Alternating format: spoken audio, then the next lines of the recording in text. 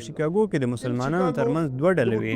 یوې ډلې ویل چې دا مناظره مه کوه، دا ذاکر چې له هندوستان څخه راغلی ځوان دی څنګه به جواب ورکړي.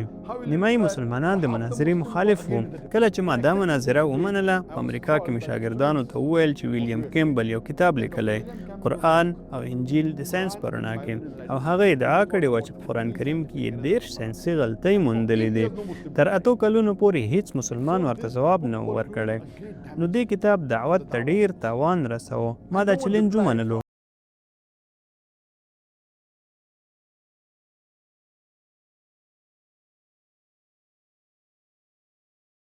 پوښتنه سوهاګ احمد کړې ده. ښاغلیه، هیله ده له ډیوډ وورډ سره مناظره وکړئ یا ورته څه ووایئ، ځکه هغه ستاسو او نور اسلامي عالمانو په اړه ډېرې بیکاره خبرې کوي. دی ورور سوهاګ احمد او یو شمېر نور مسلمانانو ورونو په پرله پسې ډول همدا پوښتنه کوله چې ډاکټر ذاکر نایک ولې له ډیوډ وورډ سره مناظره نه کوي، او دوی دا پوښتنه په تکرار سره کوي. ما پخوا دا مهمه نه ګڼله، خو اوس مې بالاخره دا پوښتنه غوره کړه چې هغوی ته علت ووایم. لومړی باید په دې پوه شئ چې که هر څوک یو چاته چلنج ورکړي، نو دا ضروري نه ده چې هغه د خامخا ومنل شي. تاسو به لیدلي وي چې ډېر غیر مسلمانان یوازې د دې لپاره په مشهورو کسانو نیوکې کوي چې په خپله مشهور شي.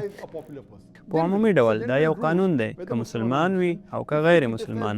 که څوک پر یو مشهور شخصیت یا سلیبریټي نیوکه وکړي، هغه کس په خپله مشهور کیږي. دا یو عامه خبره ده او نوې نه ده. نو له همدې امله ډیوډ وورډ یو له هغو عیسویانو څخه دی چې زما او د ځینو نورو مسلمانو عالمانو پر ضد یې خبرې کړې دي او هڅه کوي هغوی چلنج کړي. خو دا چې ما ولې دا چلنجونه نه دي منلي، لومړی علت یې دا دی چې موږ باید داسې خلکو ته تبلیغ او مشهورتیا ورنه کړو. همدا علت و چې ما نه غوښتل دې پوښتنې ته ځواب ورکړم. بیا مې فکر وکړ چې د هغه د نوم له اخیستلو پرته جواب ورکړم. که تاسو د ډیوډ وورډ یوټیوب ته ورشئ، وبه ګورئ چې هغه زما خلاف خبرې کړې دي، او هغه ویډیوګانې چې زما خلاف یې جوړې کړي دي نږدې 1 میلیون ځله کتل شوي دي. نو موږ هغه ته وړتیا مشهورتیا ورکوو. یو وخت و چې کله ما په 90مه لسیزه کې دعوت پیل کړی و او انټرنیټ نوی و.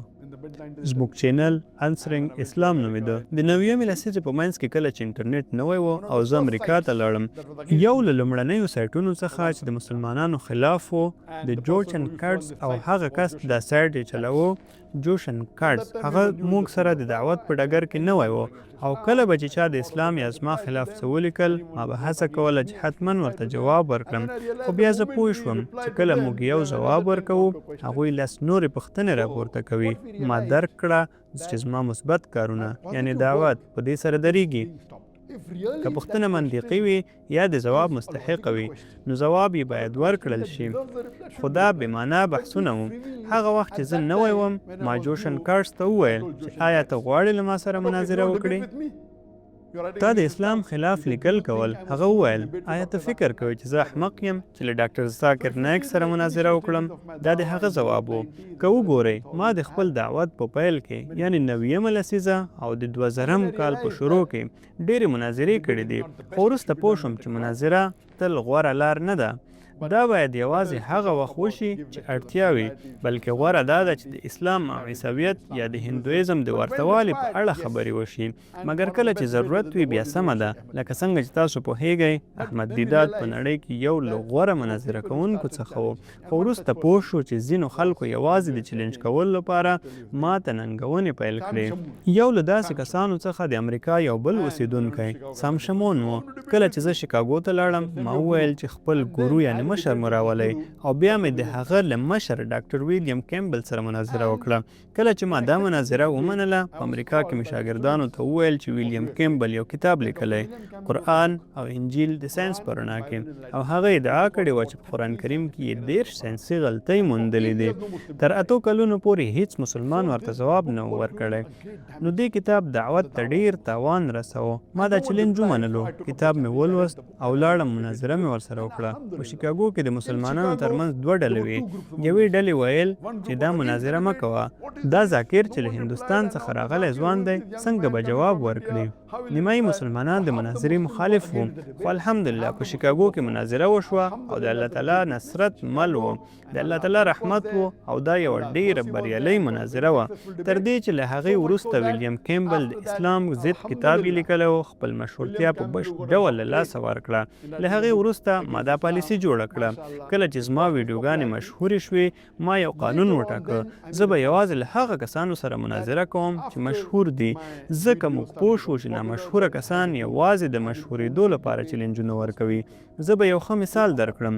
تاسو شیخ احمد دیدات پیژنئ، هغه له جیمی سوګارډ سره مناظره وکړه چې هغه یو وخت له ډیرو مشهورو عیسوي مبلغینو څخه و.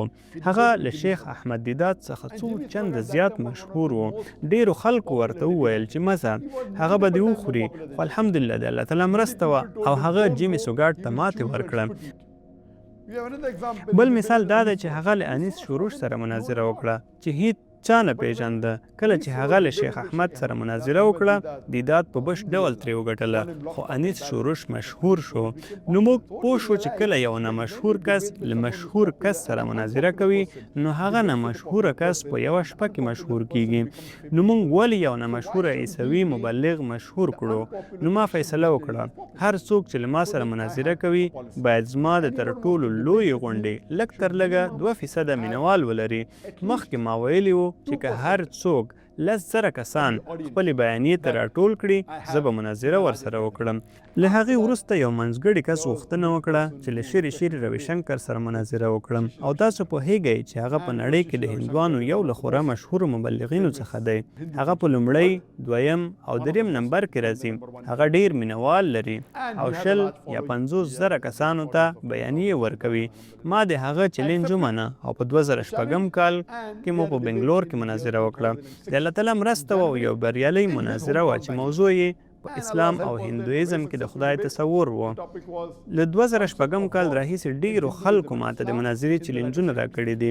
کله چې څوک ما چیلنج کوي زه وایم چې زه خپل وخت نه ضایع کوم. په سلګونو داسې کسان شته چې لویو غونډو ته خبرې کوي او ډیر مشهور دي. زما تر ټولو لویه غونډه په کیراله او بهار کې وه، چیرته چې له 1 میلیون څخه زیات کسان راټول شوي وو. نو د 1 میلیون 2% 20,000 کسان کیږي. نو زما معیار دا شو چې زه له هر غیر مسلمان سره د مذهبونو په پرتله مناظرې ته تیار یم، خو په دې شرط چې هغه لږ تر لږه 20,000 کسان خپلې ژوندۍ بیانیې ته راټول کړي. په غونډه کې نه، ځکه په غونډو کې خو ډیر مینوال وي، باید په ځانګړي ډول د هغه لپاره راټول شوي وي.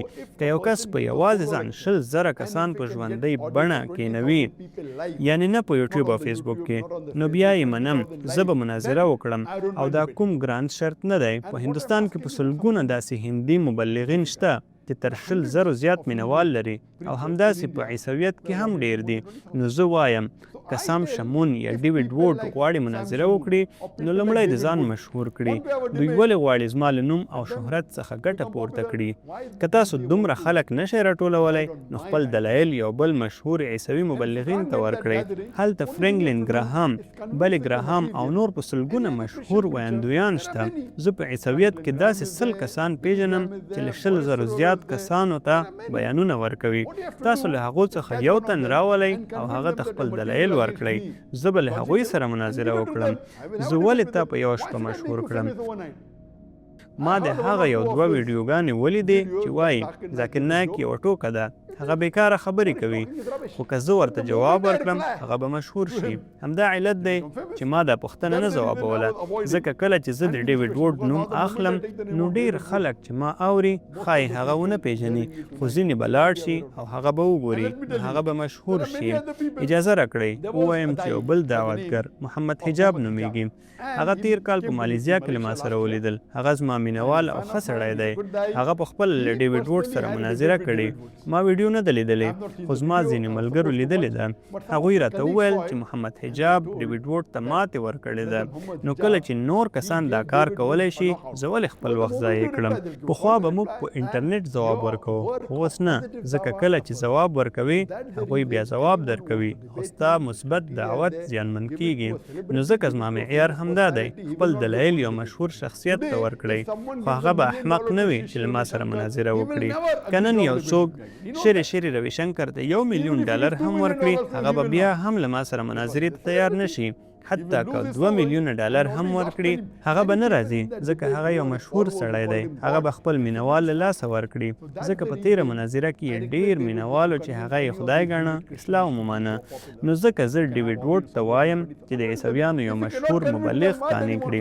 هغه چې 100,000 مینوال ولري که دا ډیویډ ووډ خپل خلک نشي قانع کولی نو له ما سره ولې مناظره کوي؟ کله چې هغه خپل عیسوي ورور ته دا نشي ثابتولی چې دلایل یې زما بیانیې ځوابولی شي هغه ولې خپل وخت ضایع کوي؟ دا خلک یوازې د نورو له مشهورتیا ګټه اخلي کني په خپله څوک نه دي. او زه له مسلمانانو ورونو غوښتنه کوم هیله د خپل وخت مه ضایع کوئ. هغه چا چې دا پوښتنه کړې باید په دې پوه وي چې ورور محمد حجاب لا د مخه ورسره مناظره کړې نو تاسو ولې ډیویډ ووډ مشهور کوئ؟ هیله ده دا ځواب بسنه وکړي.